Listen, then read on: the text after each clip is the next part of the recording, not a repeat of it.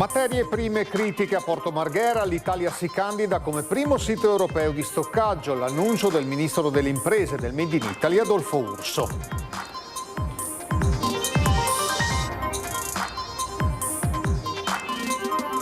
Rientra dal lavoro a Musile di Piave a tarda notte e si ferisce su un portabiciclette lanciato in strada da un ragazzo che spesso dà in escandescenze. Il racconto della zia è una situazione insostenibile. Trovato dal padre poco distante da dove era avvenuto l'ultimo avvistamento, il corpo di Mattia Testi, 19enne di Spinea, che dalla notte del 4 giugno aveva fatto perdere le sue tracce, cordoglio della comunità. Si introduce in casa con l'inganno, ruba 15.000 euro in gioielli e pistole regolarmente detenute. La famiglia denuncia la polizia, arrestato in stazione il 48enne napoletano. Pesce senza indicazioni di tracciabilità, blatte e sporcizia in cucina, chiuso dalla Guardia Costiera un noto ristorante del Lido di Venezia, controlli a tappeto e multe per 20.000 euro. La strage del bus di Mestre, 7 indagati, tutti i dipendenti comunali in servizio e pensionati hanno deciso di patteggiare presto la data della nuova udienza.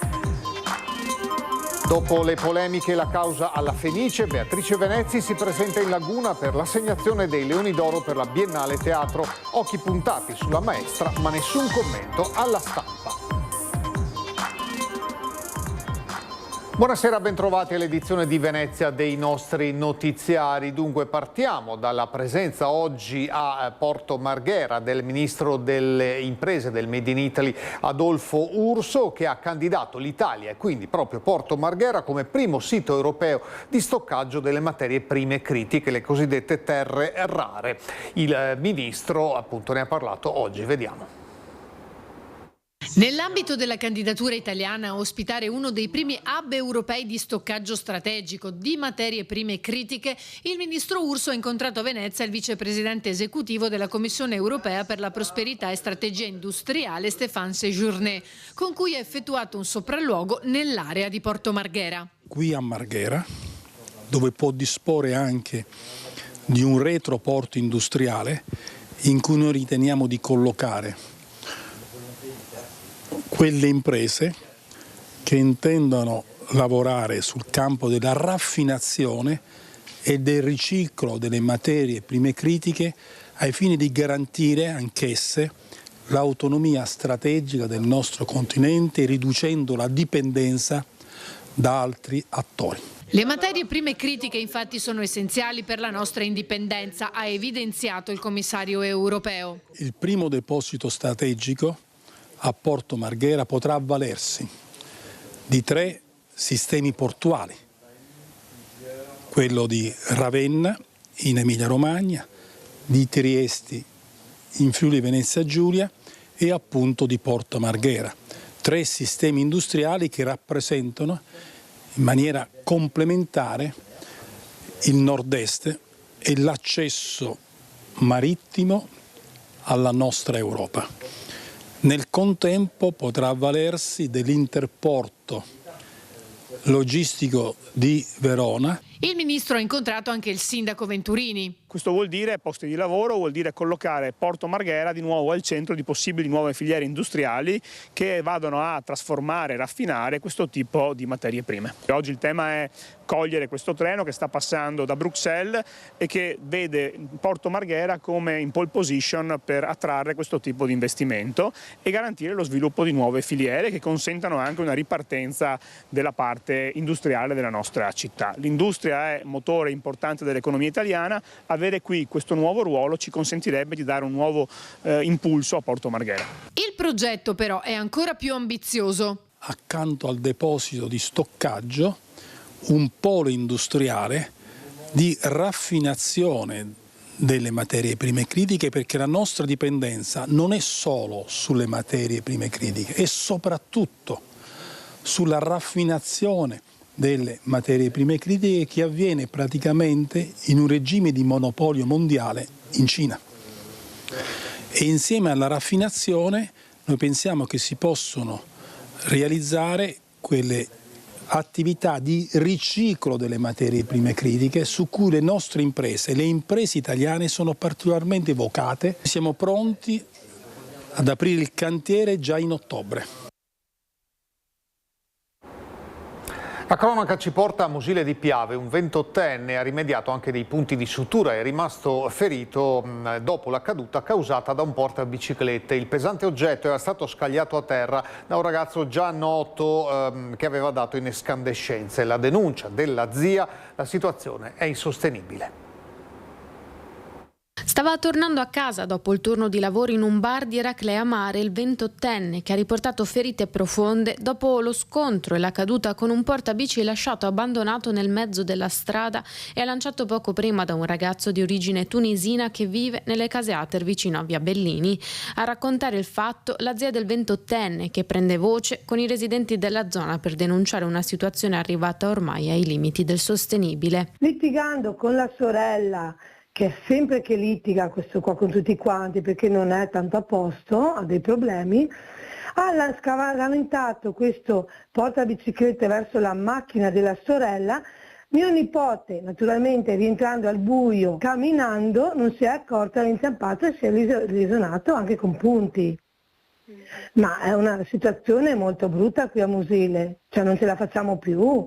Non la prima volta, infatti, che il giovane di origine tunisina mette in atto comportamenti che spaventano e allarmano i residenti. Liti con la sorella, urla nel pieno della notte, minaccia i residenti che provano a calmarlo nei momenti in cui va più in escandescenza. La gente ha paura, quindi non chiama neanche più i carabinieri perché non vengono neanche più giù e guardavano ma non potevano fare niente perché hanno paura, hanno il terrore che poi se vengono chiamati i carabinieri lui faccia del male anche a loro. Sono degli appartamenti dove ci sono anche degli anziani che hanno paura. Il sentimento è quello di un abbandono da parte delle istituzioni, di situazioni che richiederebbero, a detta dei cittadini, un intervento e un aiuto decisi. È stato ritrovato purtroppo senza vita dopo giorni di incessanti ricerche il corpo del 19enne che era scomparso da Spinea. Erano state dispiegate forze di ogni genere per trovare Mattia Testi, il 19enne, di cui si erano perse le tracce la notte tra il 4 e il 5 giugno a Spinea in seguito a una lite con un amico. Unità cinofile, droni, ricerche estese in tutta la provincia e anche oltre nelle scorse ore, l'epilogo. A trovare il suo corpo poco distante da Via Bennati a Fornase, vicino a un traliccio per le antenne telefoniche e poco distante dalla via in cui si era verificato l'ultimo avvistamento, il padre del ragazzo ancora sotto shock. Non sono del tutto chiare le dinamiche di quanto accaduto né la causa della morte del ragazzo, su cui ora indagano le autorità, ma l'ipotesi sarebbe quella del gesto estremo. Unanime il cordoglio dell'amministrazione comunale della città di Spinea. Desidero esprimere il più profondo cordoglio per questa tragica notizia, ha dichiarato il sindaco Bevilacqua. Alla famiglia di Mattia il nostro abbraccio e la nostra vicinanza. Truffa da 15.000 euro tra gioielli e pistole in centro a Mestre. La polizia ha rintracciato il responsabile e lo ha arrestato. E sempre in città un ex carabiniere è stato minacciato con un coltello dopo aver tentato di sventare una rapina. Era riuscito non solo a farsi aprire la porta di casa, ma anche la cassaforte, il 48enne di origine napoletana che nel pomeriggio di ieri è riuscito a truffare una coppia di anziani di Mestre. Una refurtiva di 15.000 euro tra gioielli e pistole regolarmente detenute dal marito della signora mestrina. Immediata la denuncia della coppia alla polizia, che ha rintracciato e arrestato poche ore più tardi il 48enne in stazione. Sempre a Mestre, 2 persone originarie dell'Est Europa sono state fermate dopo aver tentato il furto di un monopattino e aver minacciato con un coltello un ex carabiniere che li aveva sorpresi in fuga. Il carabiniere in questione ha ordinato ai 2 di fermarsi. Per tutta risposta loro hanno estratto il coltello minacciandolo per aprirsi la strada. Gli agenti di 2 volanti accorsi sul posto hanno riconosciuto e fermato i 2, un cittadino rumeno e uno ucraino, trovandoli con il coltello e portandoli in questura per i controlli e la custodia in cella per rapina. Ancora a Mestre, in quartiere Pertini, un altro atto incendiario. Dopo le cassette della posta, ieri sera verso le 22 i vandali hanno preso di mira una sedia montascale usata da anziani disabili o con difficoltà motorie per raggiungere i loro appartamenti. È stata completamente distrutta, come possiamo vedere. Il presidente del comitato Pertini, Giorgio Roccelli, sottolinea con rabbia: non hanno alcun rispetto per gli anziani che vivono nel quartiere, è una vergogna. La cronaca giudiziaria era prevista per oggi, ma è stata rinviata rinviata d'ufficio. Al 9 ottobre l'udienza in Corte d'Appello a Venezia sul caso di Marta Novello, la ragazza che nel 2021 aveva 26 anni, fu accoltellata per 23 volte mentre faceva jogging. L'aggressore all'epoca aveva 15 anni. In appello il ragazzo, difeso dall'avvocato Matteo Scussat, è stato condannato a 5 anni di reclusione. La Cassazione ha però annullato 2 volte la sentenza d'appello per problemi di motivazione giuridica e valutazione delle prove. L'udienza prevista oggi avrebbe dovuto stabilire se le precedenti motivazioni sulla capacità mentale dell'imputato fossero solide e complete dal punto di vista giuridico-tecnico, questione che sarà riaperta appunto ad ottobre. Una maxi operazione della Guardia Costiera di Venezia in collaborazione con l'ULSS 3 Serenissima lungo la filiera ittica per garantire sicurezza alimentare a tutela dei consumatori. I controlli hanno portato alla chiusura immediata di un noto ristorante di pesce del Lido, dove sono state riscontrate gravi carenze igienico-sanitarie e la presenza di infestanti. Sequestrati circa 100 kg di prodotti alimentari, elevate sanzioni per 3.500 euro. Altre verifiche in un punto vendita della grande distribuzione dell'entroterra veneziano. Qui sono emerse irregolarità nella tracciabilità e nella conservazione del pesce. Complessivamente le multe sono di 16.000 euro. Hanno ritirati dal commercio oltre 170 kg di prodotti non conformi. Ancora la cronaca giudiziaria, torniamo sulla strage del bus di Mestre. Sono 7 gli indagati, tutti dipendenti comunali in servizio o anche pensionati, che hanno deciso di patteggiare.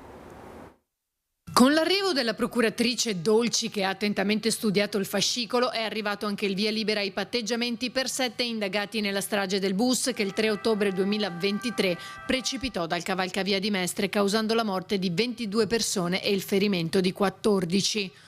Una decisione arrivata sulla scorta dell'accordo raggiunto da mesi tra PM e avvocati sulle pene pecuniarie con i pubblici ministeri Carmelli e Gava. A breve sarà dunque fissata l'udienza. Gli indagati sono 7, tutti dipendenti comunali di Venezia, in servizio e pensione. Simone Agrondi, attuale direttore dei lavori pubblici, e i funzionari del settore viabilità e mobilità, Roberto Di Bussolo, Alberto Cesaro, che avevano dato il via al cantiere per la messa a norma del guardrail proprio a pochi giorni dalla strage, il padovano Guido Stagno Andriolo e i veneziani Diego Costantini, Franco Fiorin, Fabio Pascon. L'attenzione della procura si è concentrata sul varco di servizio. Durante le indagini, ingegneri dell'Università di Padova hanno anche attestato la rottura dello sterzo del bus, ma su questo aspetto non sono state avanzate contestazioni. Leone d'oro alla carriera consegnato ad Emma Dante, nella cerimonia anche un ospite a sorpresa. Il Leone d'oro alla carriera alla regista teatrale Emma Dante si è confermato uno dei momenti più emozionanti dell'avvio della 54esima edizione del Festival Internazionale di Teatro della Biennale di Venezia. La cerimonia ha visto anche il conferimento del Leone d'Argento a Mario Basi, classe 1998. Un'ovazione ha accolto i 2 premiati nella Sala delle Colonne a Ca' Giustinian e in platea, tra il pubblico, era presente a sorpresa come ospite anche Beatrice Venezzi, invitata dal presidente della Biennale di Venezia, Pietrangelo Buttafuoco, suo amico personale. Venezzi, sempre cortese e sorridente con tutti, non ha parlato, non volendo rubare la scena ai premiati di giornata, ma la sua presenza ha comunque catalizzato in positivo l'attenzione di tutti. Ho scritto un testo così, appunto, così sono concentrata sulla lettura e non mi viene da piangere. E si sente male? Perché sono una piccola donna, piccola, ma con un leone d'oro alle spalle.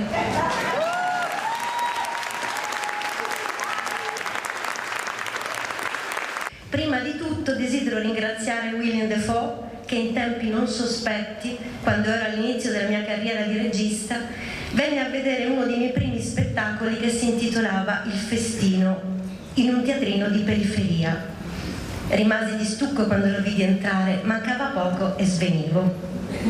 Lo voglio ringraziare per questa sua curiosità sempre viva, per la sua attenzione e per la sua passione per il teatro. La rassegna continuerà fino al 21 giugno. Profondo il discorso del presidente della Biennale di Venezia, Pietrangelo Buttafuoco, e del direttore artistico di questo festival, William Dafoe. E sono i fantasmi, 3, e poi un altro arriva in forma di dedica particolare.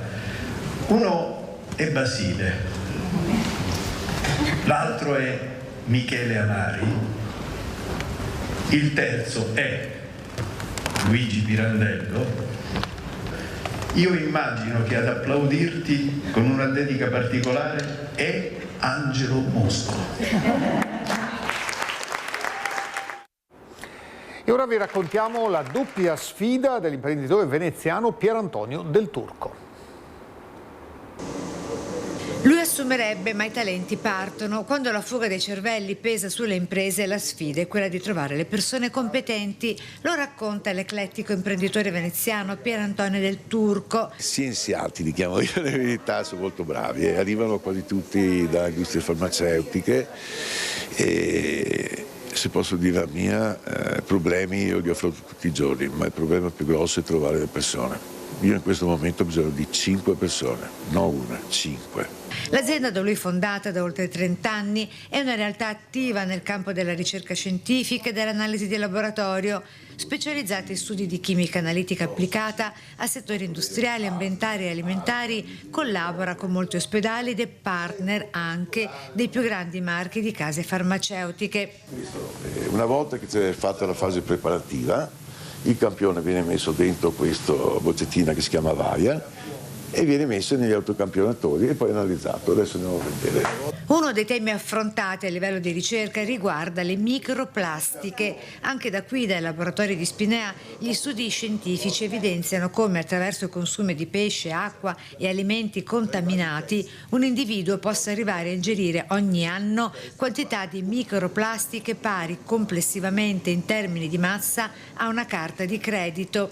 Quindi tutti questi tipi di attività che vengono svolte normalmente a mano, noi riusciamo a fare esattamente con questo braccio cobotico. Questo è uno strumento che viene utilizzato nell'industria farmaceutica. Tra i vari test che sono obbligatori per legge, un test riguarda come si scioglie la pastiglia. L'attività dell'azienda riguarda l'analisi di campioni biologici e materiali di consumo, come ad esempio l'acqua e gli alimenti, con l'obiettivo di individuare la presenza di sostanze, residui e contaminanti e studiarne il comportamento e l'interazione con l'organismo umano. E dopo è l'industria farmaceutica che è l'artefice di tutto. Tenga presente che per trovare una molecola da poi registrare e poi mettere nel mercato possono passare anche 10 anni e può spendere anche 20 milioni, anche miliardi di euro. Anche i veneziani pellegrini da Sant'Antonio ieri guidati dal patriarca Moraglia. Come sappiamo, quest'anno cade l'8° centenario della morte di Francesco e allora siamo invitati a meditare l'eredità spirituale del poverello d'Assisi come è stata colta, raccolta, rilanciata da Antonio. Cosa ha preso il giovane Fernando, poi Antonio, dal carisma francescano? Ha preso certamente l'ardore del martirio, l'amore appassionato per l'umanità di Cristo e la scelta radicale del Vangelo. Ma dove Francesco era il profeta dell'intuizione, il cavaliere di un amore vissuto nella nudità, nella semplicità, Antonio vi ha innestato la sapienza della scrittura e della riflessione teologica. È infatti noto come Francesco denominava Antonio, per indicare il suo sapere teologico, il mio vescovo. Vedeva in Antonio una teologia affidabile. Sì, è in un celebre e breve scritto autobiografico, nota come la lettera a frate Antonio, che Francesco si rivolgeva ad Antonio chiamandolo esplicitamente il mio vescovo. Lo sport, continua la caccia allo scudetto dell'Umana Reyer Venezia. Dopo la netta sconfitta in gara 1, 100-80 a Milano, si torna in campo domani, la palla 2 alle 20, prima del trasferimento della serie al Taliercio. Chiudiamo parlando di cultura. La quarta edizione del Mestre Book Fest, in programma fino a domenica 14, registra un primo importante successo con 7.000 presenze nei primi 5 giorni di eventi. Promosso dal Comune di Venezia e da Confcommercio Mestre, il festival anima Piazza Ferretto, il chiostro dell'M9 e l'Emeroteca dell'Arte, con incontri su letteratura, attualità, economia, politica e società. È tutto per questa edizione. Dopo la sigla del meteo, buona serata.